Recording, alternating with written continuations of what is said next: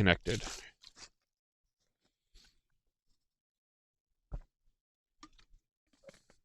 All right, we are live again.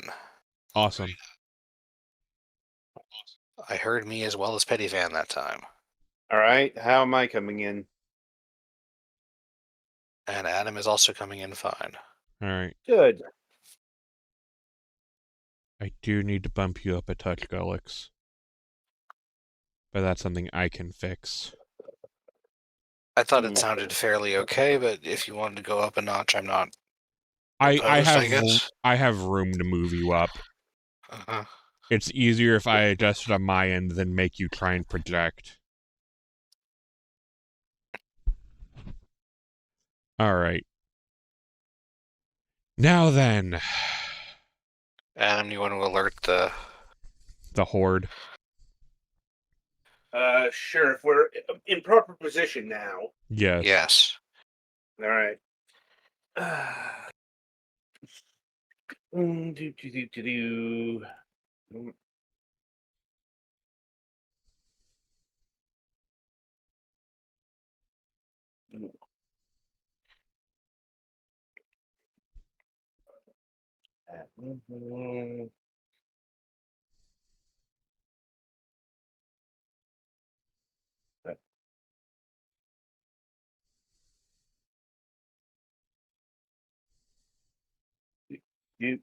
All right.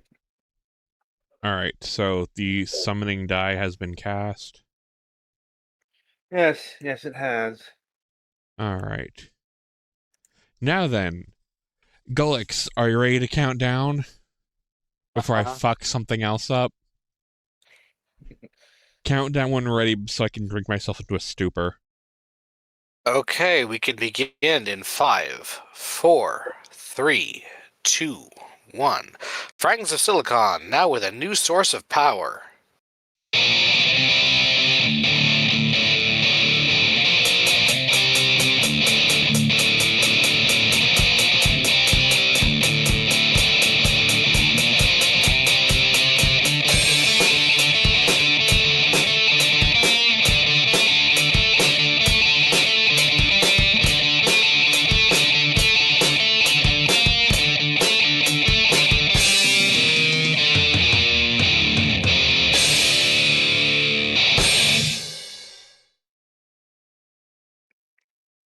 All right, welcome to another installment of Fragments of Silicon.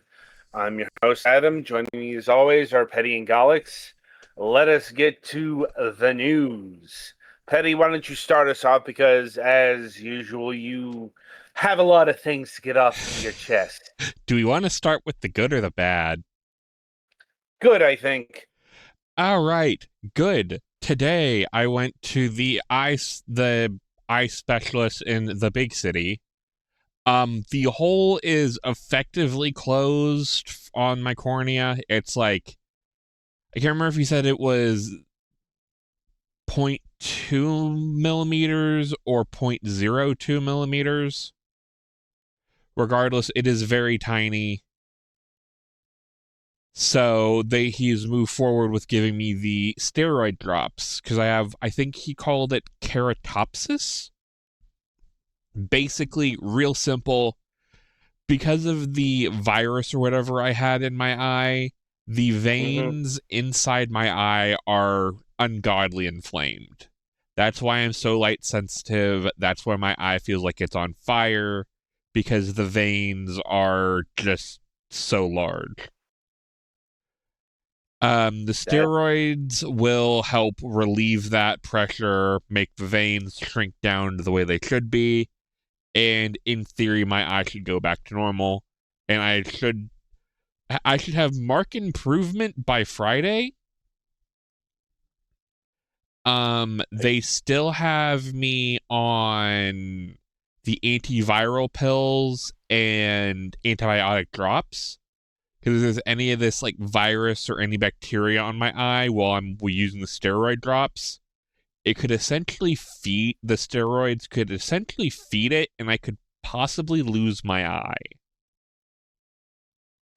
We don't want that. No, vision is very useful for my line of work.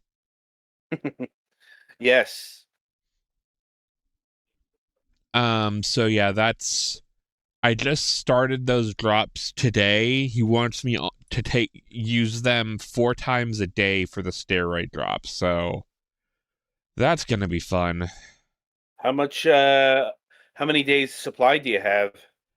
I don't know. The it's not a pre-metered dropper. It's basically you keep using them until you run out, and I think he has an extra refill if I need it. Okay. It's one of the things I'm not a big fan with eye drops. It's kind of like the cheapo ones where you just kind of put the whole container up and just drip out of that instead of like a metered pipette. Oh, right. I have to complain about eye drops in my segment. Well, anyway. So hopefully, I'm not gonna push it this week to get back to trying to game, just because last thing we need is me to try and push it and end up screwing something else up.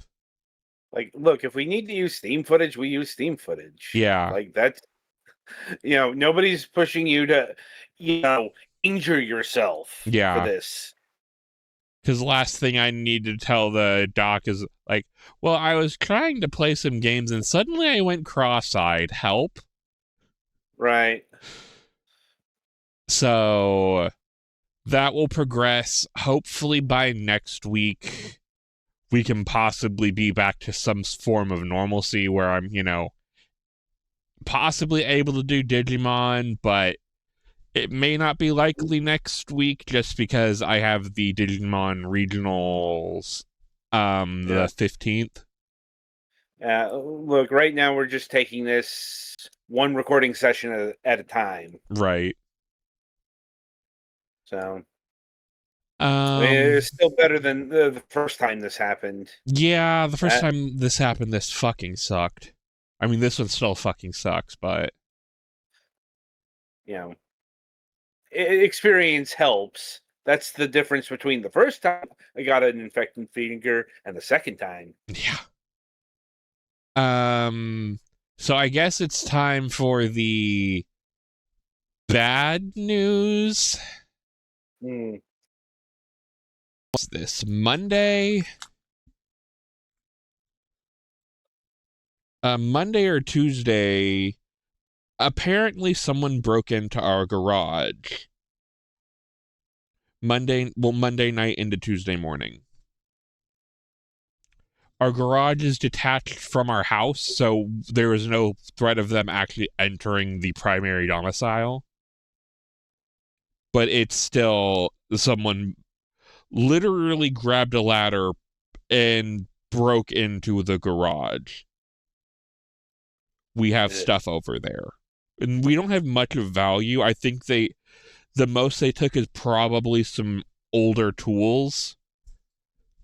But like we didn't have anything except maybe my sister's collection of Beanie Babies is in an old dresser over there. Hmm.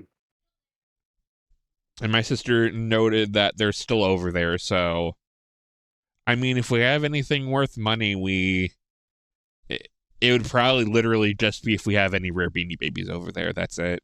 I suppose there might be some Beanie Babies that are still worth some money. I don't remember if we still have my mom's Princess Diana Beanie Baby or not, and if it's one of the rare ones. Because I know that's one of the few ones that can be worth a shit ton. So that's, and then we think they have kept coming into the garage because we noticed the ladder was back up on the far side of the garage, and they literally the whole window is pushed in to the garage. It's not just they opened the window. No, they straight up push the whole window, like the windowsill and everything in. Um everything that we can lock up is locked up now. And we've taken the ladder that they were using and we have moved it out into the yard in direct line of sight of our floodlight camera. So if they go over and try and grab it again, they're going to get 200 watts of God in their face and be caught on camera.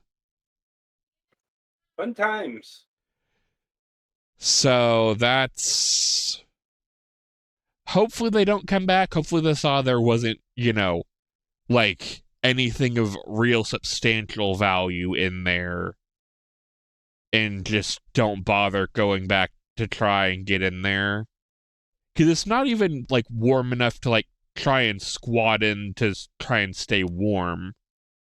And then there's some holes in the roof that it's not even going to keep you dry and warm in the winter. So I mean, anything's better than being out in the open.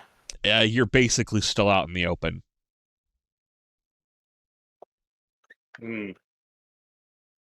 So, especially because they literally, pushed in a window pane. So, going to be kind of hard to keep it warm. So, hopefully it was just somebody who was, looking for some tools or something. And best case is we never, no one fucks with the ladder in a few days. We'll put it back in the garage itself, and then we go about our lives. Board up the shit they opened, and then hopefully after the house is handled, like the house primary, we'll work on fixing up the garage. But right now, the house takes kind of priority, because, we kind of live here. Right. So it's kind of a wait and see. We do have another Nest camera coming that we're going to be putting on the front of the house, facing the garage. So if we see somebody literally trying to, fiddle with the locks or try and jump the fence and get behind the garage, caught in 4K, motherfucker, the police are on their way. Well, that's a very high definition camera. Nest cams are pretty high def. I don't think it's actually 4K, but yeah, like I guess the formal definition is ultra high definition. Yeah.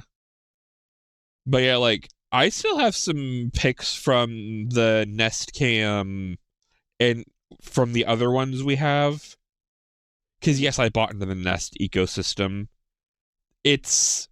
I wish I had the extra hard drives to have a more like local setup, but for $10 a month for cloud storage that all the family can access if needed. Right. Because I don't want to have to teach my parents how port forwarding works so they can access the surveillance system on their phones. I have better use of my brain power than that.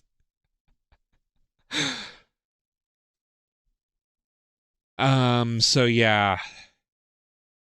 Just a kind of a thing of keeping an eye out if we see anybody poking around the garage. Basically be like, homie, the fuck you think you're doing?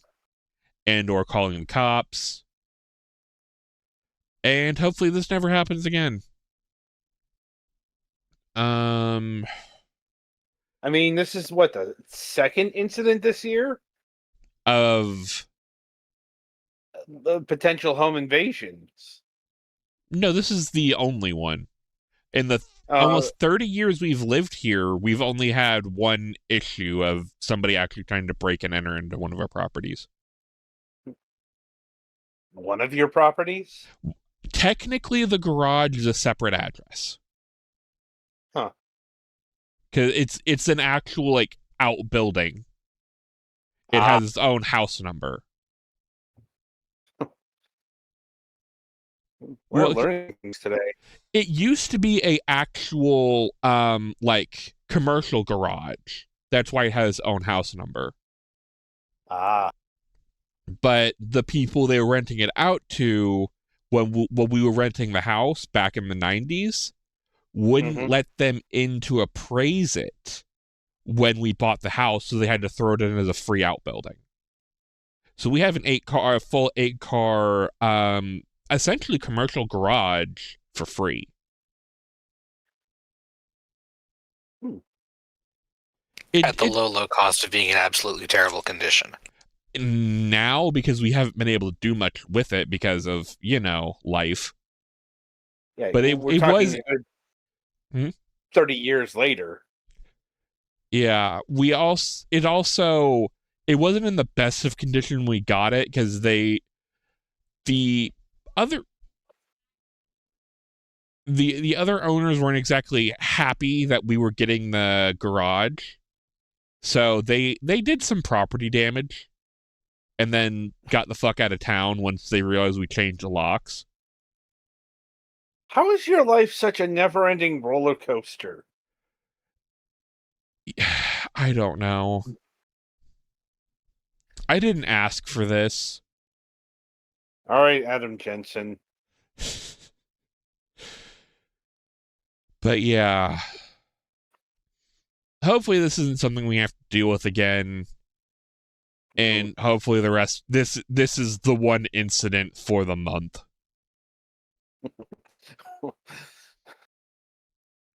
I've had one messed up, like, could have been the whole big incident of someone's, year, life happen every month this goddamn year.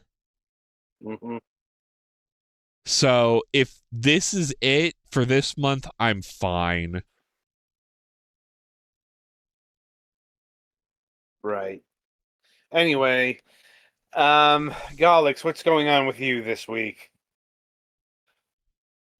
Less than that, thankfully, but I mean, that's usually the case. my mom is away, so it's just me and Dad at home, which I always get a little bit worried because of him not being great about knowing what he needs help with. But One of those, I don't mean this in the worst way, but the disability, like, over pride thing. probably a little bit, yeah. Believe me, I suffer from it too. He's very big on his own independence. Yes, so Yes. That's what fucked up my knee. so I was a little bit worried about that. But hopefully no big deal. She's only going to be away until early next week, I think, so not too long. And like I think I might have mentioned, my sister's coming to visit for at least part of next week, so in fact I think she's going to get here before Mom gets back, so maybe she'll be able to help some too. The last couple of days have been, well, today was interesting mostly, and last night, because Mom and Dad decided to get a generator that goes on automatically when the power goes out, installed out back. For where you live, that's a Which good idea. it is. I appreciate having it. It's a little closer to my bedroom window than I was really hoping it was going to be, but apparently Natural putting it gas further. or like actual gas? I think natural gas. Mm. The exhaust is pointed away from my window at any rate, but it's still. I'm more concerned about the noise, Fair. Which I which mean, we'll see what it is. in fairness, if it's being noisy, you're probably not recording anyway because you're probably going to want I'm to not save talking power. about for recording. I'm talking about for sleep if it becomes Valid. necessary. But yeah, that should be nice. But unfortunately, it meant that the power had to be out for a good chunk of today, starting when I'm normally asleep. So I just asked them to wake me up before they turned it off, so I could Safely shut down your devices, basically. relocate. Well, I ended up turning off my PC's power and backup thingy last night because in case they forgot. Right. Also, I was going to be at work and Dad wasn't here. Or mom had already left. Rather, Dad was here. Dad was the only one here, and they were doing stuff down in the basement and out back and stuff in places that he couldn't get. So I was worried that they were going to be like stuff that he couldn't verify properly. But I guess everything seems to have gone fine. Although I did have to do the logic reset on my PC backup thingy when I turned it back on because it wasn't turning back on. But thankfully, I stopped myself from panicking and just looked up what I get. You just have to unplug everything from it. Right. Yeah. Unplug the battery, discharge it, and then plug I it had back to in. do that with mine a few weeks ago. It's a painless process, and like the only thing plugged into mine is just the internet router. Uh-huh. Anyway. Oh, mine has my computer, one of my monitors, Right. and or maybe both. Anyway, it has enough of my computer stuff plugged into it for me to be able to turn my computer off Safely, yeah. like manually instead of having it get shut off. I need something like that for my computer at some point. And then a bunch of other stuff is plugged into just the surge protector half. Yeah.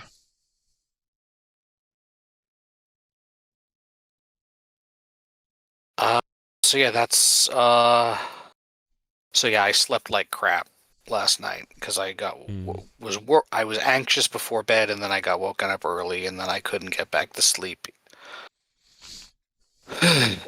But otherwise, I guess I'm fine. Video game wise, continuing to play Super Robot Wars Y.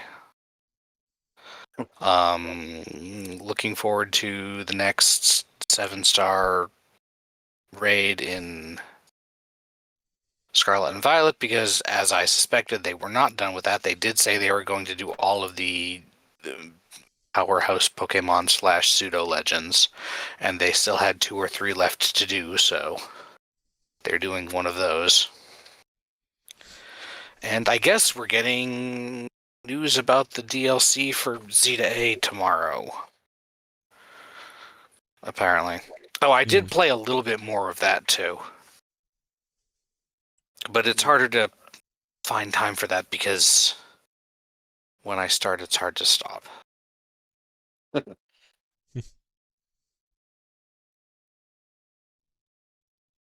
And I left off when I was a little bit annoyed at how expensive clothes is, because there were some clothes that I wanted that I couldn't afford. But yeah, I think that's about it. All right. Look, they give you a lot of options for character customization. You're one of those people who has to spend 4 hours in the character creation tool. A little bit, and they give you a lot for being able to, like, you can mix and match some of the clothing options. Like if you buy a shirt and pullover combo that's like yellow and green, and then you buy another one that's like white and red, you can actually swap the pullovers with the undershirts.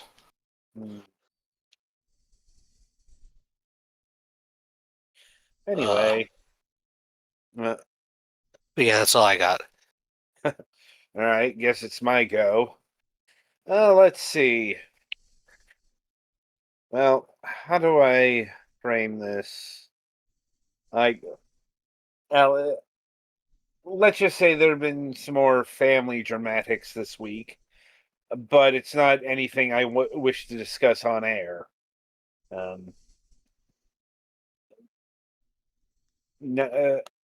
Just leave it at that. And let's see. Just leave it at that. Tomorrow is my eye exam. I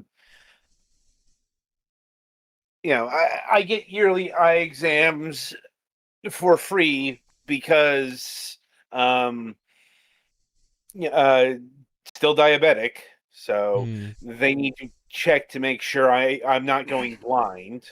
I'm like, though, at my age and stage and all that stuff, it's like, no, I shouldn't be going blind at all. Um, I mean, I but shouldn't either, but here we are. well, I'm talking about from diabetes, like. Valid point. Like apparently like it's one of those things where you actually have to have a very high A1C level for a very long time to get even traces of that. This is what my doctor told me last year, but he says he still has to do that because just in the off chance they do find something and they don't do anything about it, or they just assumed that you're okay for the year, they could get sued. So for for their own reasons, I have to do this every year. But yeah, it's like not worried about blindness, like um not not really all that concerned about my vision changing.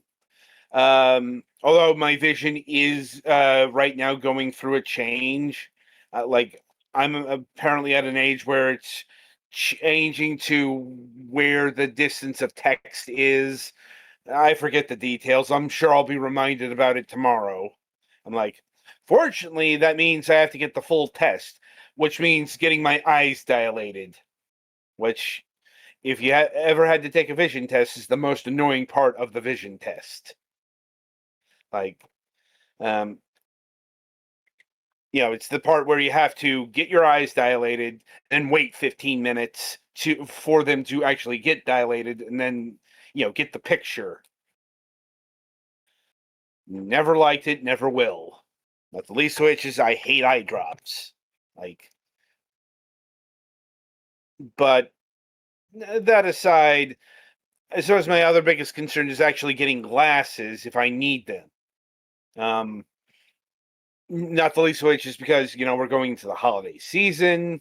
Um, and I'm also not sure how much glasses for me would cost because of the current times we live in. Because of dipshit McOrange over there and his fucking tariffs. Like, how much did you add to the cost of glasses this year? But I suppose worst comes to worst, I just don't get them until probably January, I'd say. You know, like these glasses are holding off well enough. It's more, I got to get through the holidays before I could tackle that. Unless I can finagle some things here or there, but cross these bridges when we come to them. Anyway, in terms of gaming, playing through the System Shock remake. More on that in the topic of discussion, as well as the games for review, and still occasionally playing the second season of the Batman the Telltale series. And yeah, I think that's all my news for the week. So we shift to our main presentation. And that is, we are going to do the video this week that we were going to do last week until Mac decided to make some last minute chime-ins about concerns about Sonic the Hedgehog and copyright. So that's why we went ahead with Monster Rancher, and ironically enough, that has run into copyright problems, at least on YouTube. Twitch is completely fine. YouTube, now that got dinged by the copyright bots. I know. Guess different logarithms or what have you. I'll note that we've already done a Sonic the Hedgehog series, and that went through perfectly fine. Here's the secret. Sega's a lot looser with these things than Tecmo or TMS are. But, still there's a chance this might get dinged. Here's the thing. We don't know until we actually go through and upload an episode to YouTube. Now, just a complete dice roll with these things. Putting that aside, this week we are going to be looking at Sonic the Hedgehog. That's its actual official name. But because it's such a it's just such a generic title, it's been colloquially called Sonic Sat AM. Yes, the good early 90s Sonic series. And there's a few reasons for that. Because, it's not just that Adventures of Sonic the Hedgehog is, a bad series because, it's not serious. I'm like, look, there's plenty of non-serious, Looney Tunes style cartoons that are good. Adventures was more for the very younger demographic. Yeah, it's pretty awful at that style of humor. Like, here's the thing. It was also bad timing on their part because we had better options. We had Tiny Toon Adventures at this point in time, and we're not too far away from the Animaniacs. Well, and also at this time, they were still running Silver Age comics. Also, the actual Looney Tunes were around. Yes. Now Sonic Sat AM was a very different beast. And I mean that in a lot of regards. It's actually one of the reasons that, from what I've heard, Sega of Japan really, really hates this series. The reason is it took a lot of liberties with the source material. In fairness, most of the stuff that it's wrong about was stuff that was included in the setting Bible that Sega of Japan didn't let Sega of America see. Right. Like, I don't think even Sega of America knew that Dr. Robotnik's real name was Dr. Eggman until, like, Sonic Adventure. Well, he does put Eggman on stuff in the background in Sonic 2, I think. But those weren't the liberties that Sega of Japan hated. They weren't too keen on the original characters, but it was the tone that they despised. Because Sonic the Hedgehog Sat AM is actually a fairly dark Saturday morning cartoon. Like, in fact, on that note, let's get into it because it's going to be in the intro here.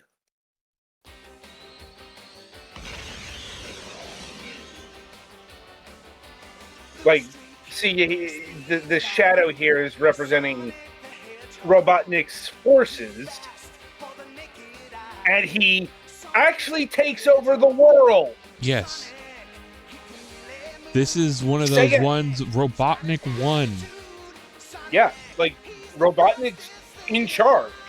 He's ruling the world with a literal iron fist. That's actually a bit of series lore there. But I don't think it's explored in this episode. But yeah, the point is, the fact that one of his arms is actually a robot arm. Yeah, like I said, it's a literal metaphor thing. He's literally ruling with an iron fist. Like, but that's beside the point, and that is, Dr. Julian Robotnik. That's his name here. You're gonna get a lot of this shit in Sat AM. The comics did a immense amount of flip-flopping legwork to try to make all of that work. Well, yeah. Well, it's also because the Archie comics kept going and had to integrate more and more games. That's a mess for him. That's an entirely different mess. That's an MSP mess we need to go into someday, but I don't have enough alcohol on hand for that one. Look, I don't want to talk about Ken Penders, ever. That's where most of the alcohol consumption would be, so if we edit that out, I might have enough. But, I mean, look at this. This is some 1990s cyberpunk shit here. This is shit we wouldn't really be seeing till fucking Batman. Batman was actually airing at this when this was airing. Like, in fact, I think it was in season 2. But no, I thought it this came out is after, more. but granted. Like, honestly, this kind of aesthetic much more prevalent in the late 90s. You know, like Batman Beyond, I think is what you're thinking of, or Spider-Man Possibly. Unlimited. You know, Cyber 6. You know, these are all shows from like 1999. And this is Sonic the Hedgehog doing this thing in 1993. Like, ahead of the curve. Also, hi, Urkel. Well, yeah, Jaleel White. Still Jaleel White, because this was at the same time. Hi, guys. I mean, Jaleel White voiced Sonic in all 3 of the Deke 90s Sonic series. So, that's the bit of continuity there. The only bit of continuity between the 3 series. But, like I said, the bottom line here is this tone, this cyberpunk, all of this darkness is why Sega of Japan really, really hates this series. Meanwhile, And it is flash forward to unfortunate. Sonic X. I'm like, Sonic X isn't as dark as this. Second season got pretty dark, but yes. You might be thinking of season 3, which, by the way, was the American exclusive season. But you still, like, Sonic X didn't really have Robotnik in charge. And it's also, he's still comedic in Sonic X. There's no comedy here. This is like Sonic 06 levels of taking Robotnik seriously. Except it works here. I mean, here he's a credible threat. Yeah, like, again, he won. Yep. And mind you, Robotnik's usually a The credible. closest thing to this series, setting-wise, we got was fucking Sonic Forces, and they did an awful job of it, so. Right. Well, that's, once again, because they couldn't really commit to the darkness. You know, it's weird. But once again, there's a balancing act here that Sonic the games really never found. Yeah. Because on the other side of that coin, we have things like Shadow the Hedgehog. Yeah. Which, you know, is just pure 2000s edgelord cheese. Ow, the edge. Which reminds me, I gotta line up Lunatics Unleashed for MSP one of these days. Just...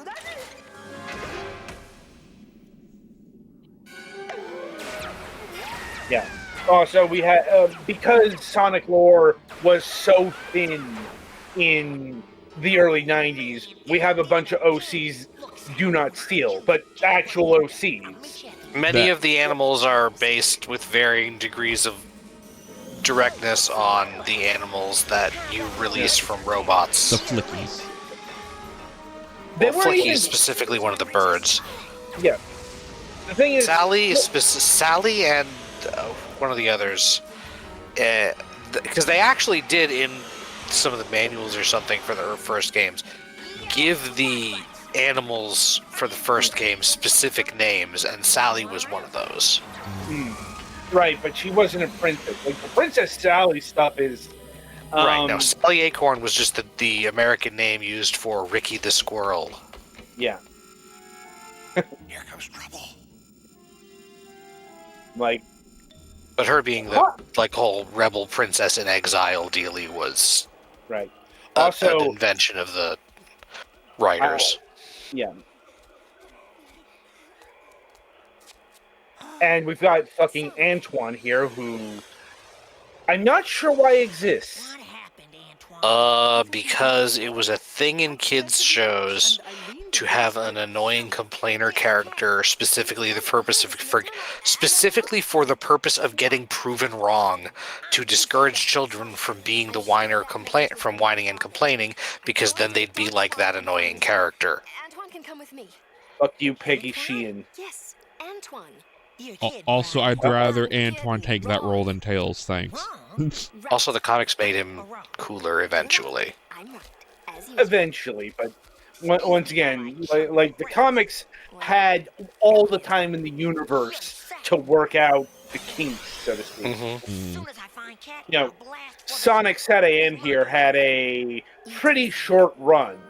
Also, the SatAM here is Saturday morning, so that means these were 13 episode seasons, as opposed to this and Adventures of, I believe, ran in the same time slot, except for they ran at the same time, but this one was only on Saturday mornings. Yes, and the other was weekly. Yeah, this was the literal Saturday morning cartoon, and Adventures was the weekday syndication series.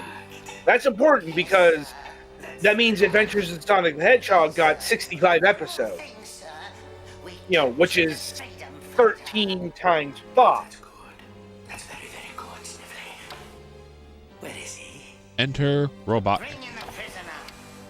Yeah, they did do a completely different Robotnik character design between the two things, featuring in this case really creepy black and red eyes that were an odd interpretation of the goggles. Yeah, I'm trying to remember who voices Robotnik in this. Like, I want to say Jim Cummings, but I'm not sure. It sounds like Jim Cummings, but that doesn't mean it is.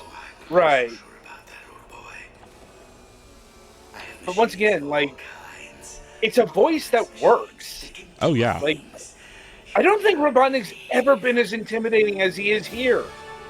Like, he's legitimately nightmare-inducing. Oh, yeah, no, like, he definitely has the air of, I'm done fucking around.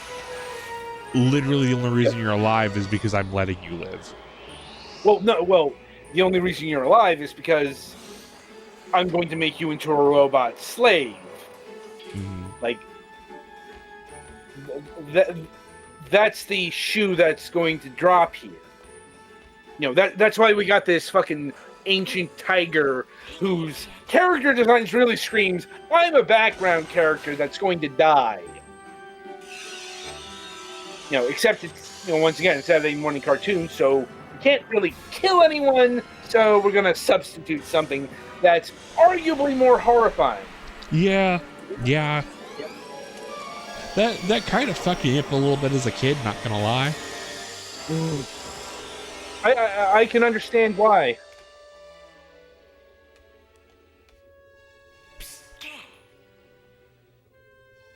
You all right? Robotnik's surveillance picked up Sally. He knows she's headed for the dark swamp. You gotta save her. But what about you? Doesn't matter. Probably not wise to be doing this here, but I suppose there's not really a choice. Although I'm pretty sure Sonic could cut through those bars. He did. He's already demonstrated he could. He literally cut through a door. How much more farther, my princess? We'll know when we get But I suspect it's one of those things that if he did, we wouldn't have, the episode, so to speak. Right. Antoine, what's wrong? It's 1,000 pardons, my princess. And we still Yes, haven't seen it is Jim Cummings. I thought so. It sounded like It's him. fairly inimitable. I mean, some people can, but... Yeah. Meanwhile, when do I get to roundhouse this little bastard? I've been wanting to do that for My father is alive. literal I know decades. it, and I'm going to find him. But we're having Like, no idea. Sally, you could literally just push his head into the swamp and make a lot of things better. It's also they needed Antoine as a romantic rival. Heavy air quotes here. Yeah, bro, those air quotes are doing so much lifting. They're like fucking have 18-inch pecs. Yeah. And we still haven't been introduced to the best character, Bunny Rabbit. Is she even in the first episode? I don't know. Juice time. I could go for a chili dog right now. Yeah. Once again, like, I'm not sure if you could credit this show or Adventures for inventing the chili dog cravings for Sonic.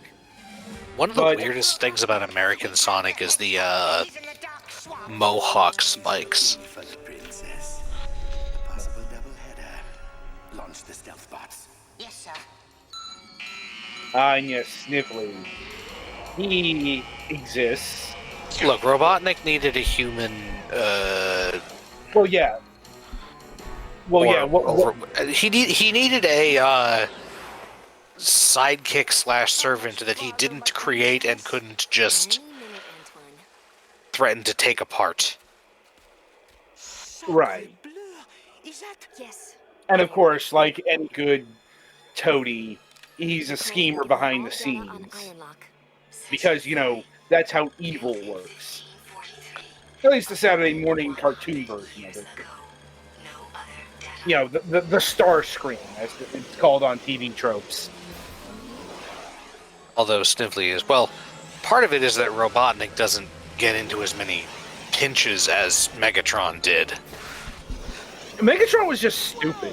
Like, here we have this... Snively is a little bit less to jump at the hands, to jump at the level of Megatron has fallen over because he tripped on a pebble. Now I, Starscream, am leader of the Decepticons, which is the thing that literally happened once. Right. It wasn't tripped on a pebble, it was got shot with something that made him lose his equilibrium, but still. Yeah. Once again, this is incredibly sophisticated for the era. Like, Oh, hell yeah. My princess, I'm thinking this is not safe. Don't be such a worrywart, Antoine. You know, they were making a kids cartoon, but they were allowed to do kind of whatever they wanted with the story, so you got an interesting They also, story. you know, they were allowed to respect that, hey, kids like quality animation. well, it's especially I mean, talking of Transformers, that's another example of writers that did not get much guidance being able to actually come up with some pretty interesting original stuff. Right. Well, it's also worth noting that, you know, this series, like Adventures of Sonic the Hedgehog, was animated by Deke. And we're very much in the do-it-cheap era of Deke. We were, but at the same time, this is probably one of Deke's best-looking productions. Certainly the 90s.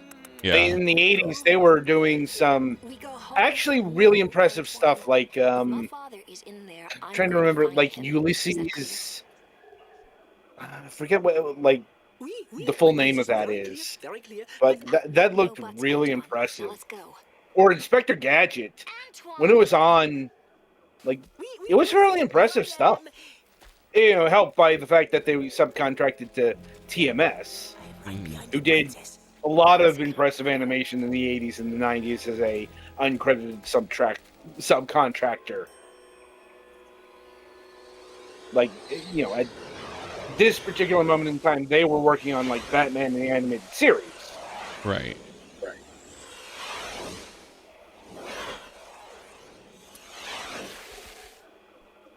Right behind you, Sal.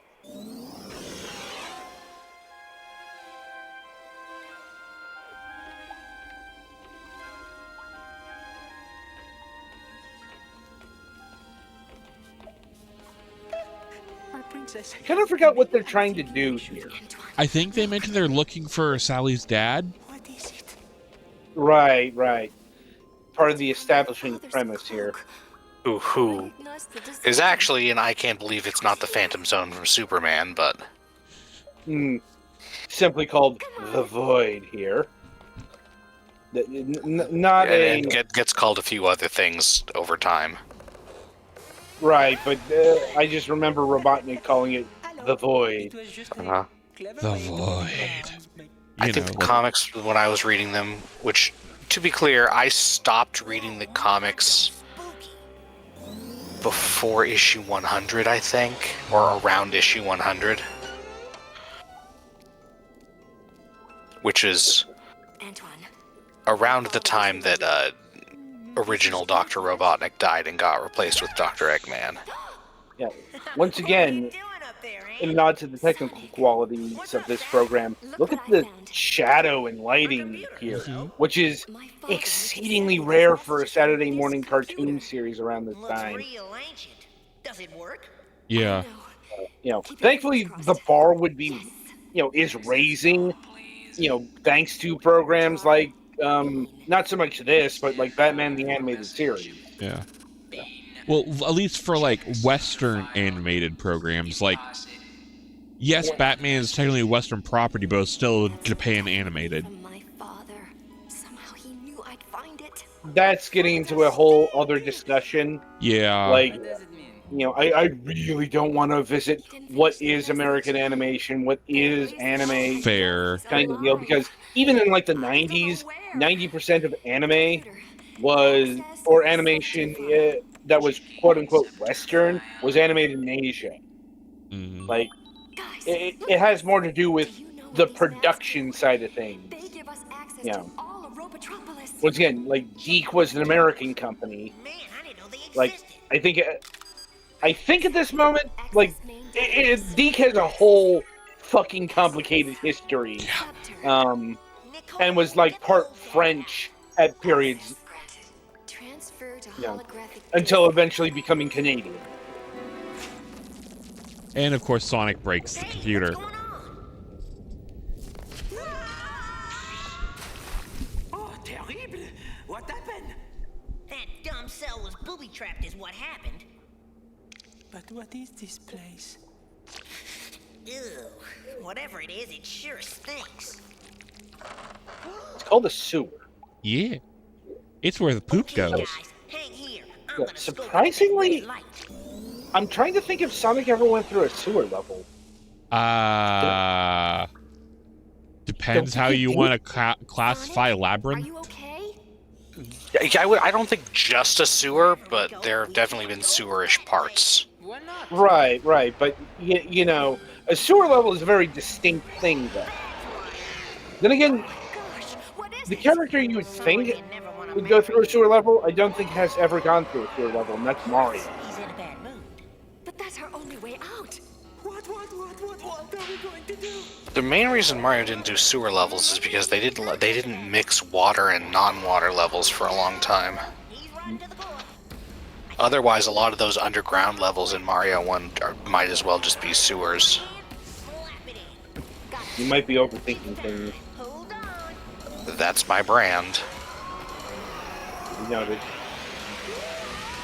And here we have Sonic using the power rings. Yeah.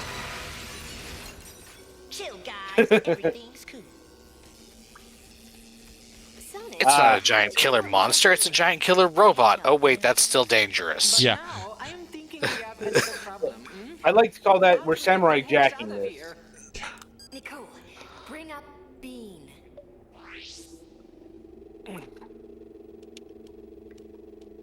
Wait. So they have Google Assistant in the phone. Wait a minute. Yeah. And of course, I guess that's the other bit of continuity here. Sonic's According to trademark his maps, should catchphrase, be very close. to get over the fact that he's very impatient, Follow that light source. which is a thing that originates from the games. That's his idle animation. Right. And the idle animation that spread that to every other game in the fucking 90s. Yep. Let's go. Because it shows attitude. Mm-hmm. That specific brand of 90s attitude that makes you overhype bubble tape. Seriously, what was that about? Done. That's the last one. These stealth bots are history. I got one more thing to do. Meet you guys at the usual. Got it, juice. There's how is there a usual when you're in a place that you've never been to before? Probably a thing that we shouldn't be thinking of.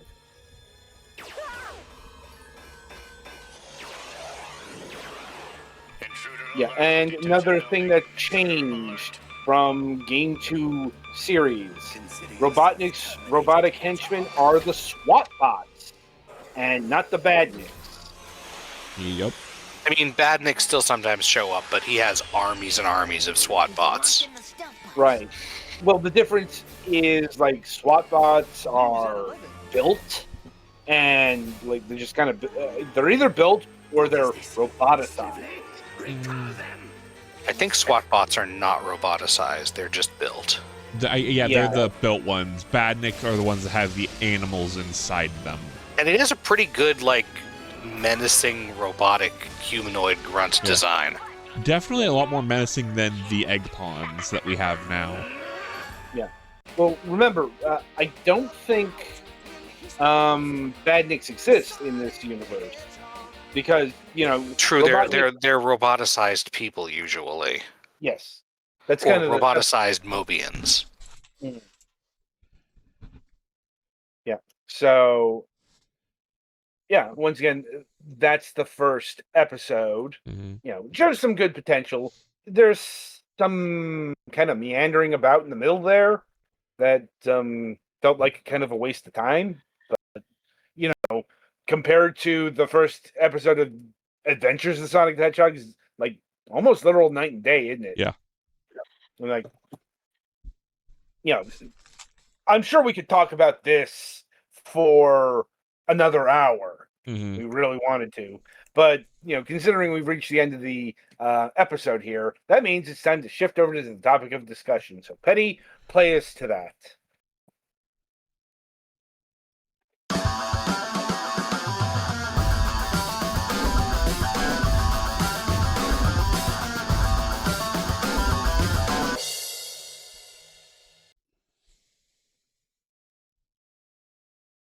All right, so welcome to the topic of discussion. So this week, in lieu of anything else interesting to talk about, we are going to be talking about System Shock 1, both the Classic Edition and the remake, because I'm currently playing through the System Shock remake. System Shock trademark. It's a shock to your system. Thankfully, they never used that as a tagline. At least I don't think they did. I think if somebody actually did, they were sent to the stockades. Possibly. But it sounds like the kind of thing I would have seen in a 90s magazine ad. I'm not sure if System Shock got those, but regardless, System Shock's one of those games where it's hard to pick an entry point, like Deus Ex, because there's so much around this game and so much in this game. It's even more than Deus Ex, the keystone title in what we call the IMSIN genre.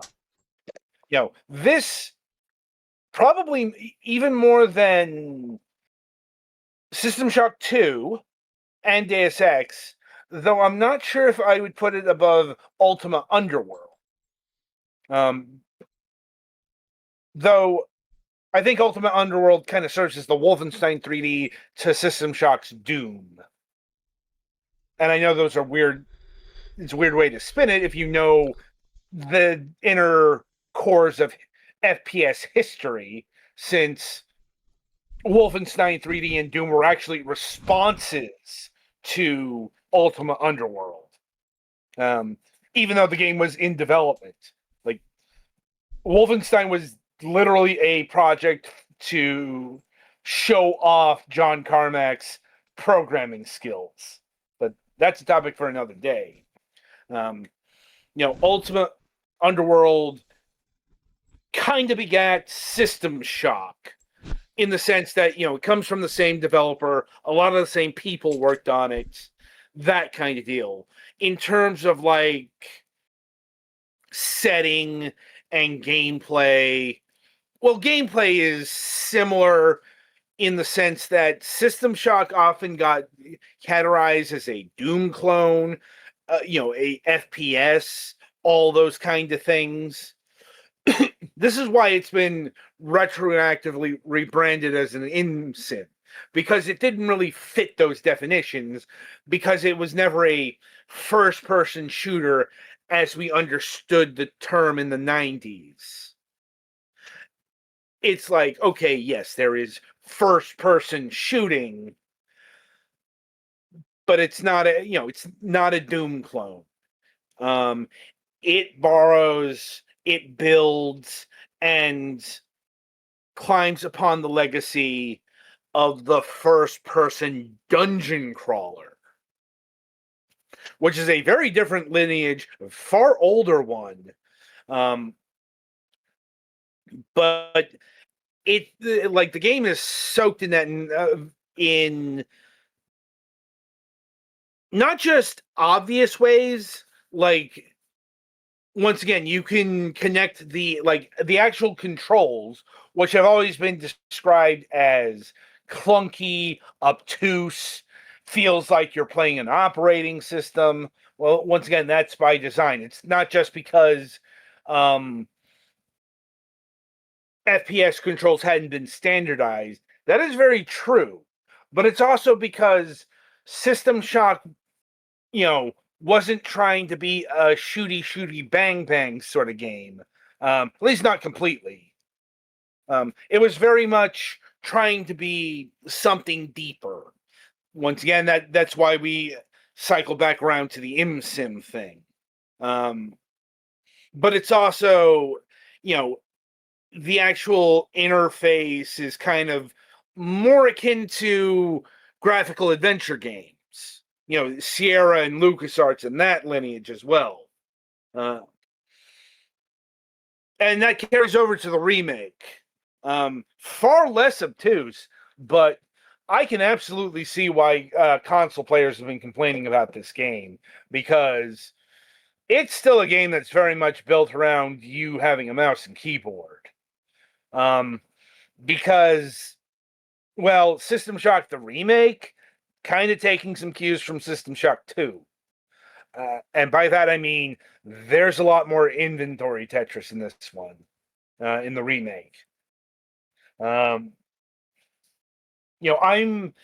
at current time of recording somewhere in what I'd like to call the second act of the game, also known as the virus arc. I'm not going to put that into context for the sake of spoilers. But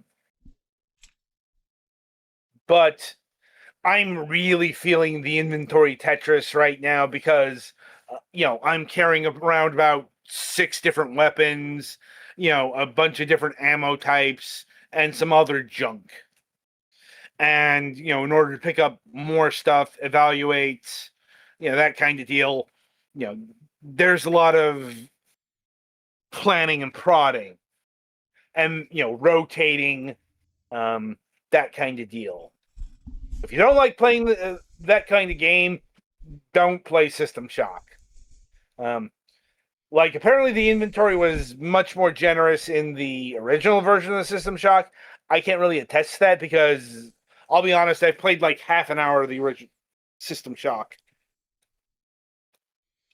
The original System Shock, it's a game you either get really into or you will completely bounce off. There's no middle ground.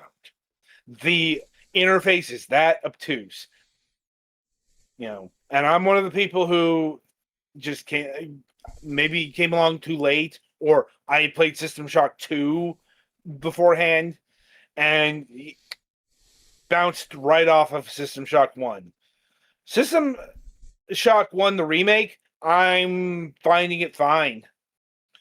Maybe a little too slow for its own good, but I think it gets across the heaviness of your character a lot more. But that's probably a subjective thing.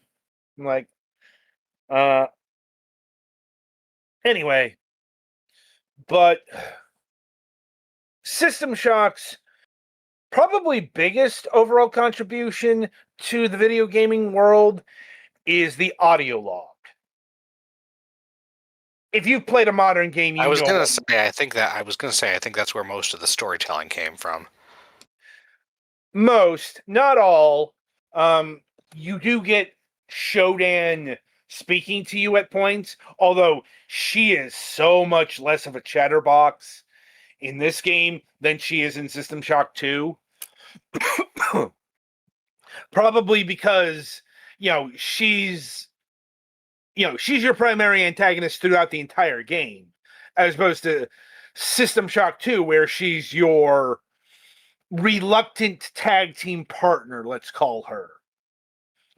With the obvious unreliability is, as soon as the present situation's done for in that game, she's going to turn on you. Here she is the thing that you are fighting against the whole way through.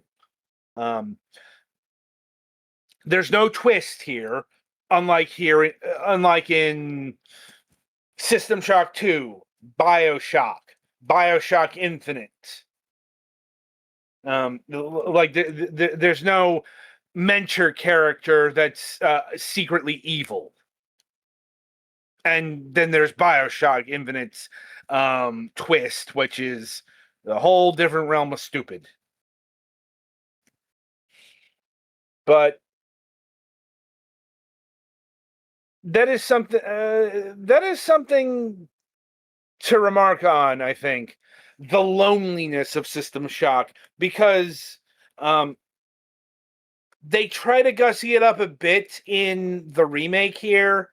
Like, there's like a human resistance cell that you encounter, but that just leads up to a boss fight. From what I read, I don't. That seems to be not a thing in the original game. Like everyone was dead except for you in the original System Shock. And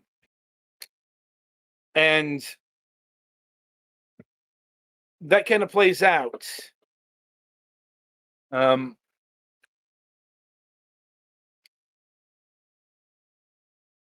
But I'm trying to articulate this.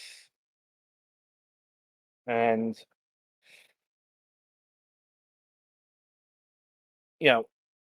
Shodan does make for a good antagonist in both versions.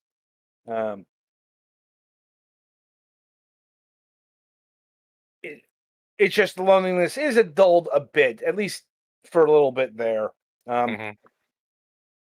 Right, and getting back to the Wizardry Ultima connections, some of its most profound influence is in the level design. Because another question you have to ask yourself is, do you like mazes? Because if you don't like mazes, don't play System Shock. Like, it has got some of the most labyrinthian level design I have ever encountered in a game. I'm just glad that modern mapping exists. Like, I've talked about this before, and I'll say it again. Like, I know there are people who loved sketching things out on graph paper. Now, granted, I don't think that was ever a thing with System Shock.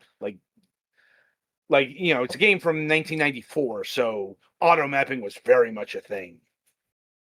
At that point in time, Doom had it. I don't think Wolfenstein 3D's PC version had it. Although it probably could have used it. Like, I know there was like a version of Wolfenstein 3D that had the auto mapping. Like, I want to say that was like the Jaguar version, maybe a later version. But point is, it wasn't there originally. And System Shock is a game that absolutely needs auto mapping because everything is so spindly. Especially when you get to where I'm at, like level 6. And things are very spread out. Though I will agree, it's not as bad as an actual, say, wizardry game, where it's just all labyrinth all the time. System Shock is built more around big areas that you have to traverse to back and forth. So you don't get as lost. And it's mitigated even further in the remake, because you can have a lot more distinction today than you could back in, say, 94. Like, at least that's my read on the situation. I'm sure there are people who will disagree with that particular point of view. Like, I know, like, some people don't like the updated look in the System Shock remake. I'm fine with it. I don't think it's too neon. I will say I do agree with that there's some clarity issues. But that's more a readability thing. Also, I don't really like the pixelated thing that they do in this game. I'll be honest, I'm not a big fan of the game. Looks modern, but we're still going to do the pixelated effects. I wasn't a fan of it in like a medieval either. It's kind of like either make the whole thing look like it or don't do it at all. This kind of, you know, quarter-assed retro throwback thing just makes things look blurry. And I think that feeds into the readability issues this game has. You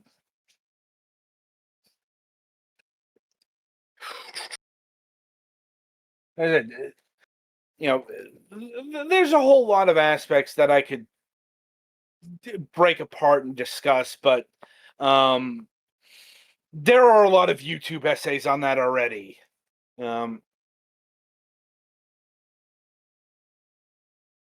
And as far as, is the System Shock remake a good remake? I think it is. Like, once again, I know the purists have had their issues with it, but this isn't meant to be a remaster of the old game. Night Dive has actually done a couple of those, including the Enhanced Edition, where they actually introduced a lot of modern features. Not as many modern features as that game could handle. It's just the original System Shock is always going to be a clunky game. And I think System Shock, the remake, is worth it just for the improvements that they've done to cyberspace. Yes, the secret second game in this game, i.e., System Shock tries to do Descent before Descent gets invented. It's got this 6 degrees of freedom business that's their 1990s representation of what the internet, or in this case, cyberspace, really not the right wording for either, because I suppose it could be like the internet. I guess cyberspace works because, it's like a different plane of existence, but it's really not the internet. It's the system. It's Citadel Station's computers. It's more inter than what we think of the internet as. Right. Like, but it's localized is what I'm trying to get across here. It's like, a it's giant not LAN instead of the internet. Yes. And that's actually important because, if Shodan had a direct internet connection to the world's infrastructure, well, she's going to be the second coming of Am here. Yeah. I watched a little bit of a plot summary, and that's actually a plot point that you need to stop. Right. Because if I'm remembering correctly, like, she's got 3 plans going at about the same time. Like, there's the big one, there's the mining laser, there's the virus, and I'm trying to remember what the third one is. Like, after you stop the virus, that's the part where you get to confront her eventually. Well, it's virus, mining laser virus, trying to connect to Earth with comm satellites, and then she's just trying to eject herself at Earth. Yeah, that's what it is. Like, Shodan is, if nothing else, very persistent. Like, but kind of makes sense because, her purpose in life is to become a silicon god. Like, become as logs. I mean, wait, no shit, wrong game. That's actually toned down from what Shodan would rant about. Oh, like she literally calls herself a god. Like, and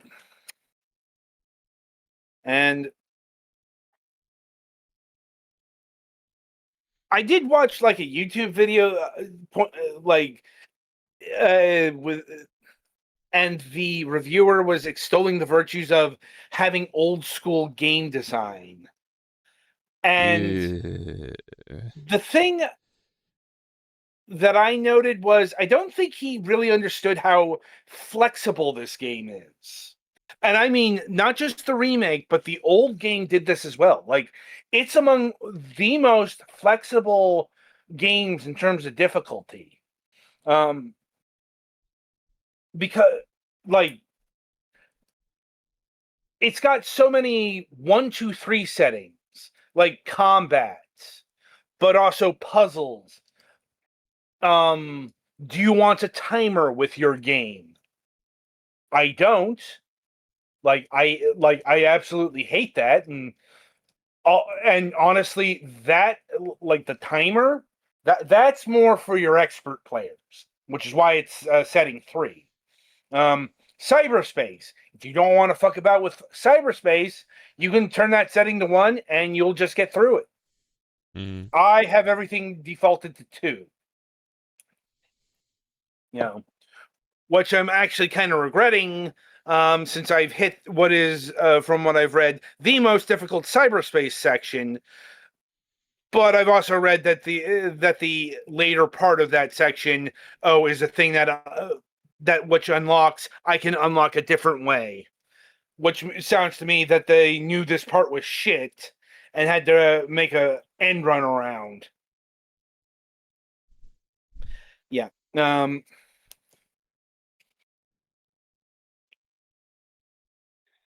Yeah, that being said, I don't think I like this game as much as I do System Shock 2. Mainly because it doesn't have the role-playing elements that game has. I brought that up in the Deus Ex topic of conversation. System Shock here, yeah, you don't have a build, you don't have psionics, you don't have any restrictions in terms of using guns. None of that. Like, if you find a weapon, you can use it. So weaponry is going to really come down to mostly personal preferences, but I'm going to let you in on a bit of a secret here. You're probably going to be majoring in energy weapons a good chunk of the time. And that's because energy weapons have rechargeable stations on each level. So, at least the way I played the game. Which is a lot easier than finding boxes of bullets or rockets or whatever. So you would think, but you have to find the energy station first, or else you're hauling your ass back to a previous level to go and recharge your energy gun. Which is a viable strategy, I will, to a certain point. Because, once again, I think this does depend on the level of difficulty you have selected, because there are respawnable enemies. Nowhere near as bad as System Shock 2. At least, unpatched versions of System Shock 2. Like, it was so bad in that game that there's literally a patch to tone that shit down.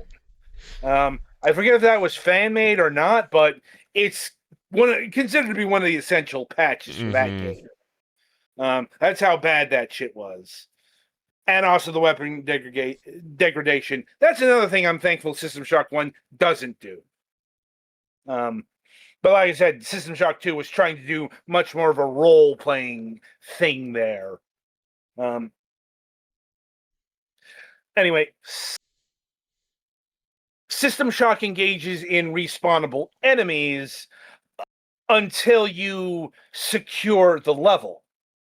What that means is there's a certain level of security. In this case, security means Shodan control. Because you got to remember, Shodan is basically Citadel Station.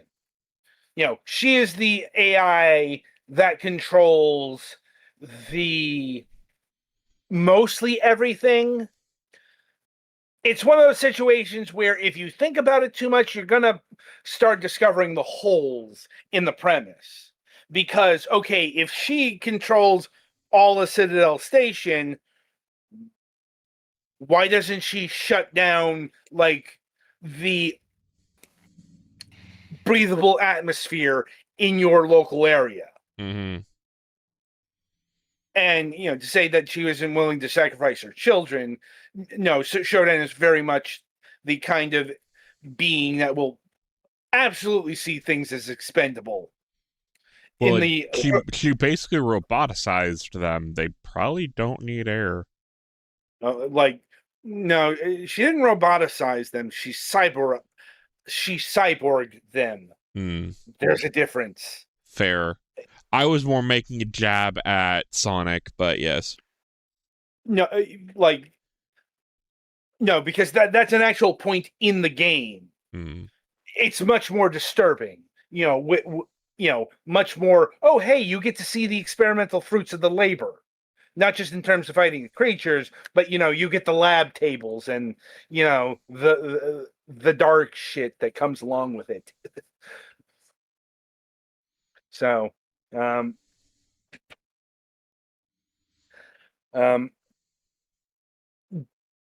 definitely darker than what you can do on a Saturday morning cartoon. Oh, is the point there. Yeah, is the point there.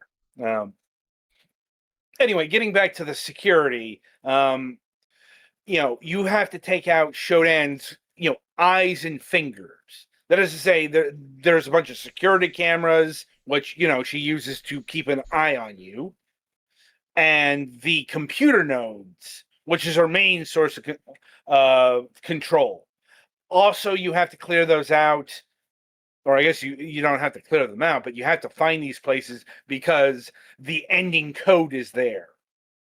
There's this, I forget if it's 5 or 6 digits. In order to access the final area, you have to either write them down or you will have to. If I persist with the game, I'm going to have to go to 5 different levels and to find the digits to the code. And isn't it randomized so you can't just... Depends on the level. Ooh. Of... This is another... It depends on the difficulty level. If you have it set to level 1, they are set codes throughout the entire game. Flip it to 2 or 3, randomized. Woo. That's the kind of detail I'm talking about in terms of the flexibility of difficulty. You just don't see that in other games. Maybe for the better, maybe for the worse. It's just, once again, there is an absurd amount of customization in terms of how difficult you want to make this game. And along those lines, in the remake, they've added a new kind of puzzle to the mix. I think it's actually a replacement for the old, because this is a cyberpunk work, and because you are playing as a literal hacker, what do you think that entails? Hacking. And of course, we have to have an interpretation of hacking. A puzzly interpretation, if you will. In the old game, apparently it was wire puzzles. In the remake, BioShock, but less annoying. As you're playing flow puzzles, they're formerly called. If you played BioShock 1, you played this to the point of tedium. To the point where you just buy out the vending machine because you didn't want to play Pipe Mania for the 1,000th time. thankfully, System Shock the remake isn't that annoying with the hacking puzzles. Mainly because I know it's a weird thing to say in context, but it's absolutely true. There's a lot less hacking in the Cyberpunk game than in the Steampunk game. I guess technically it's Diesel Punk or Atomic Yeah. Punk. But it's still an earlier punk than Cyberpunk. Oh. In System Shock, the computers are too good to be hacked easily by you. Sure, let's go with that. Really, there was only one puzzle so far that gave me any sort of trouble, and there is a way. There is a way to bypass these puzzles with a logic probe, something around those lines. But they are very rare. In fact, I only found one. There. Probably missed some. Though right now I couldn't hold any anyway. And I think the ultimate point is, in terms of how it rates as an ImSim, very limiting in some ways. Like, once again, you can't really do a character build like you can in System Shock 2 or Deus Ex. And also, options aren't really on the table because this game ultimately hails from 1994, and things like stealth isn't really a thing in games yet if you're not Metal Gear. Mm-hmm.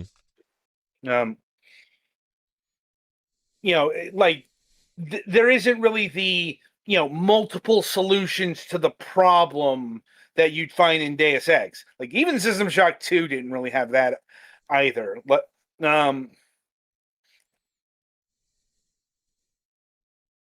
it's still a keystone title. It's absolutely a game that's going to take about 30 hours, I'd say, first run, if you're just trying to blaze through. But it's really not that kind of game. It's a very slow, it's a very methodical game that really insists that you take your time with it. And I think it's really good that games like that exist. All right, then. So I think it's about time we wrap this up because we have to head over to MSP real soon here. So coming up on the week ahead, let me see. On Friday, November 7th, we'll be welcoming Chris Van Hout of Cliffa Games to the program. So look forward to that. And coming up on the Sunday reviews, we'll be having reviews of Silver Bullet, Sushi Ben, Deadwire, and Darkenstein 3D. So until next time, I shall wish you good gaming.